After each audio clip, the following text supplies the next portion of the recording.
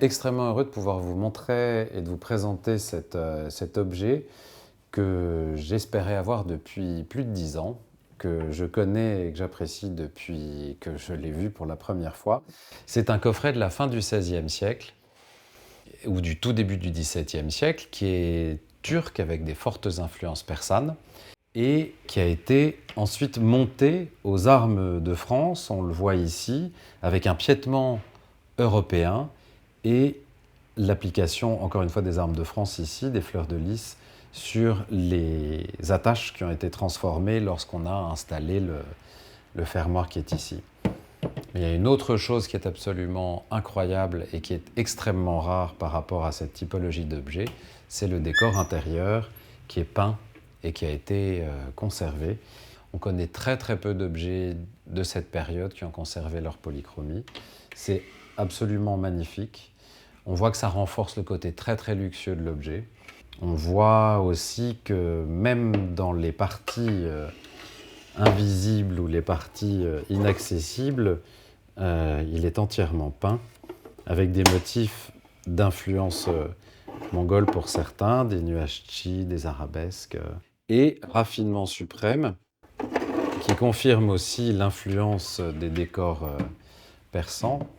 Le dessous a été peint avec des décors qui sont assez typiques, des décors en vogue au XVIe siècle, avec les nuages chi qu'on voit dans les angles sur les écoinçons, qui sont des nuages d'influence extrême-orientale qui sont passés par les Mongols, puis les Persans, et constituent un des décors très en vogue à la cour ottomane qu'on retrouve sur des métaux, sur nombre d'objets. Ça aussi, c'est une partie du décor que j'apprécie beaucoup, avec des filets d'étain. Et là, on est dans la représentation des motifs géométriques rayonnants, des motifs multipliables à l'infini, qui sont l'essence de l'art islamique et qui parlent aussi même de la relation à l'espace dans le monde musulman, énormément de choses. Le décor qui est ici est un décor d'inspiration persane. L'élément qui est ici, avec les incrustations d'étain, est aussi d'inspiration persane. Ça montre aussi comment les objets et les artisans persans ont été pris par les Ottomans. Et l'art ottoman s'est beaucoup nourri de ces influences et a beaucoup copié en fait les objets safavides d'Iran. Cet objet était très probablement un cadeau diplomatique dont on peut penser qu'il était sorti du palais de Topkapı, dans lequel on conservait des objets, et offert probablement au XVIIIe siècle, étant donné le piétement français.